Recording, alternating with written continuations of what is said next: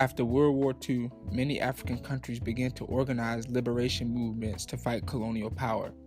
Revolutionary movements emerged around the entire continent. However, this project will focus on those movements fighting Portuguese colonial rule. This project will cover the Mozambique liberation movement and its influence on movements across the world. In order to thoroughly understand the Mozambique liberation movement, one must understand the liberation movement that took place in Guinea-Bissau, one of the smallest and poorest countries on the continent who were colonized by the Portuguese. They were led by Amilcar Cabral and defeated the Portuguese in 1974, and they gave confidence to other countries because it's the smallest and poorest country to overcome colonialism. It increased the chances for others to do so.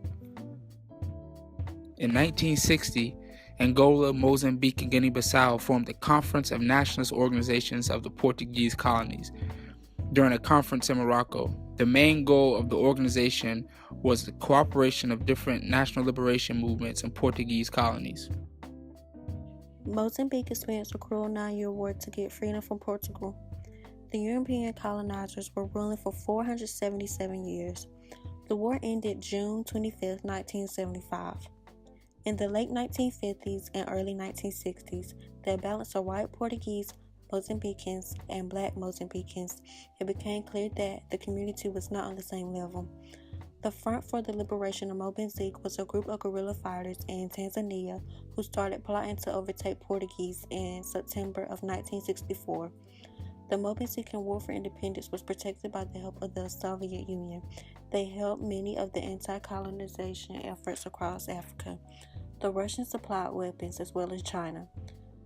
The Front for the Liberation of Mozambique tactics started to wear down the Portuguese police and military among the white Mozambicans. The colonial wars zapped 44% of Portugal's budget. Many Portuguese Mozambicans left Africa to return to their original nation.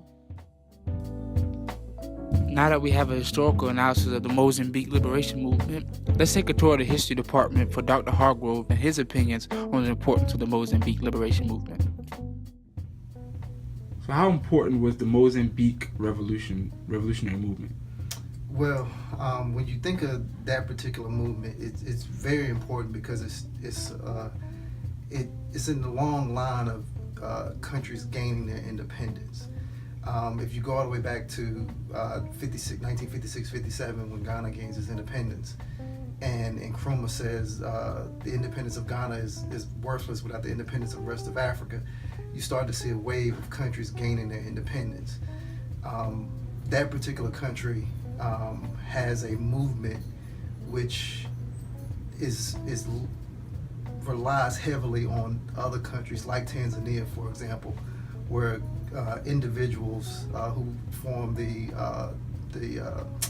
Mozambique Independence Organization, or the Frelimo group, are in Tanzania forming an organization that eventually comes in and fights the Portuguese for independence between 1962 and 1965. So it shows that independence relies heavily on the rest of Africa, but also independence is not something that comes quick. African liberation movements inspire African descendant people across the world to rise up against European colonialism.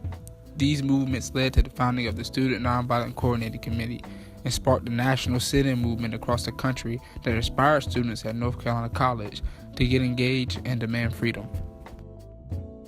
In order to understand the success of African liberation movements and armed struggle, it is critical to understand the important role of internationalism.